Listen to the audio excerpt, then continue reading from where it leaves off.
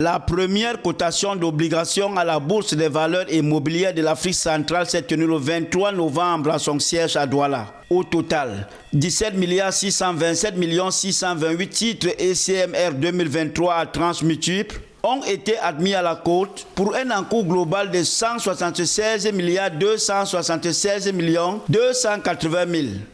Côté au compartiment C obligataire de la Bourse des valeurs mobilières de l'Afrique centrale, ces titres sont répartis en 4 tranches avec une maturité établie entre 2023 et 2027. D'après Moukoko et Lamé Jean-Jacques, représentant du consortium des arrangeurs, cette mobilisation financière est une réponse aux besoins de financement de l'État du Cameroun.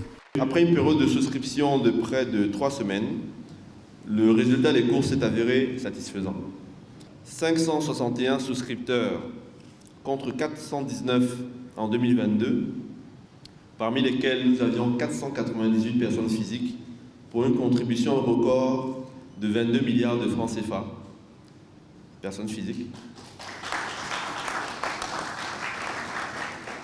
Contre 330 personnes physiques en 2022 pour une contribution de 10 milliards de francs CFA.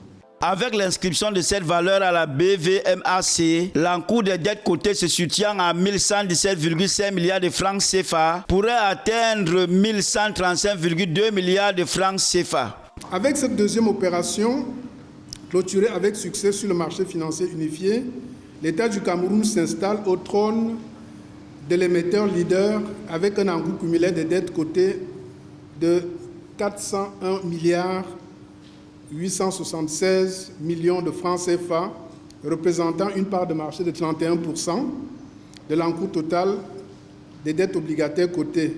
Après cette opération, l'État du Cameroun affiche un encours de dette de 401,8 milliards de francs CFA, représentant un volume de 31% de l'encours total des dettes obligataires cotées. Le Cameroun tient la première position, suivi du Gabon, qui enregistre 347 milliards de francs CFA et totalise un volume de 26% de l'encours total des dettes obligataires cotées.